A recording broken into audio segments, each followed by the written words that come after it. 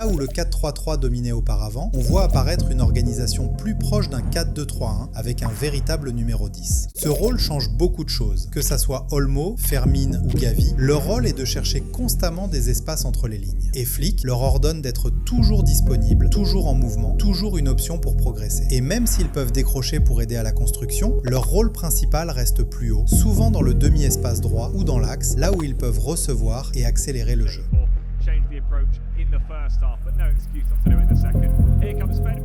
Et autour de ce numéro 10, toute l'animation offensive s'adapte. Sur le côté gauche, on observe souvent une dynamique intérieure. Rafinha ne reste pas collé à la ligne, il rentre à l'intérieur pour se rapprocher de l'attaquant, pendant que le latéral, Alejandro Balde, prend toute la largeur et monte très haut. Cela crée une présence massive entre les lignes, avec plusieurs joueurs capables de recevoir dans des zones dangereuses.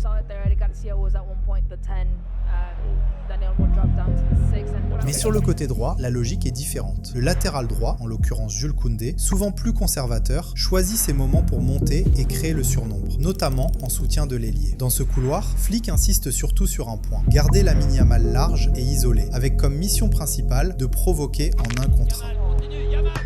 Et sur les phases arrêtées, comme les coups francs ou les centres, Barcelone met en place une organisation très spécifique autour de Lamine Yamal. Pendant que la majorité des joueurs occupent la surface pour le centre, lui est volontairement maintenu en dehors de la zone congestionnée, souvent à l'entrée de la surface ou dans la zone 14. L'idée est simple, lui laisser de l'espace pour exploiter le second ballon. Dans ces zones, Yamal devient immédiatement une menace, capable d'enchaîner rapidement et de déclencher une frappe avec une vue dégagée sur le but.